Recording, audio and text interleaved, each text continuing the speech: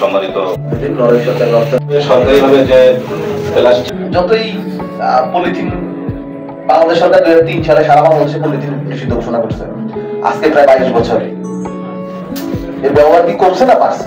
বরং আরো বাড়ছে। এখন বাড়তে বাড়তে এই পর্যায়ে চলে গেছে, এখন আমাদের শরীরে প্লাস্টিক পাওয়া যায়,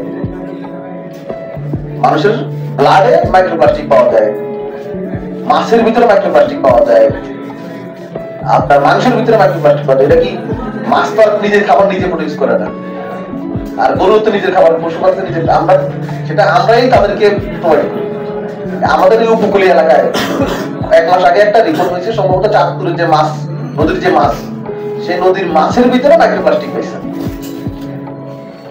পলিথিন বা প্লাস্টিক বিষয়ে সরকারের যে প্রতিকারের উপায়টি সরকার ভেবে রেখেছে বা যে উদ্যোগটি গ্রহণ করেছে, সেগুলো আমি আপনাকে জানাতে চাই কিছুটা।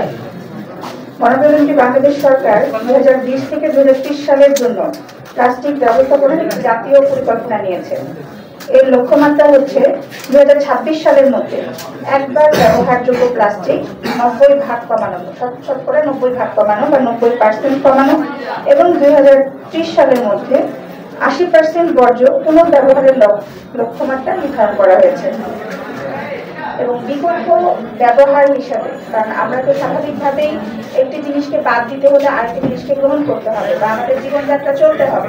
আমরা এখন জীবনে যে ভাবে প্লাস্টিক ব্যবহার করে অভ্যস্ত বা যে অঙ্গনে প্লাস্টিক ব্যবহার করে অভ্যস্ত, তার একটি বিকল্প না এনে তো প্লাস্টিক ব্যবহারটাকে আমরা পুরোপুরি দিতে পারবো না, চাইলেও পারবো না।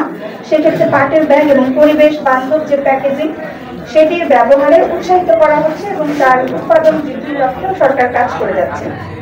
জনসচেতনতা বৃদ্ধির লক্ষ্যে বিভিন্ন জায়গায় সেমিনার, পরিষ্কার পরিচ্ছন্নতা অভিযান পরিচালনা করা হচ্ছে, যার একটি বাস্তব উদাহরণ হচ্ছে আজকের এই অনুষ্ঠান। এটি কিন্তু যৌথভাবে ইউনিডো এবং বাংলাদেশ সরকারের পরিবেশ অধিদপ্তর একই সাথে কিন্তু এটি পরিচালনা করছে।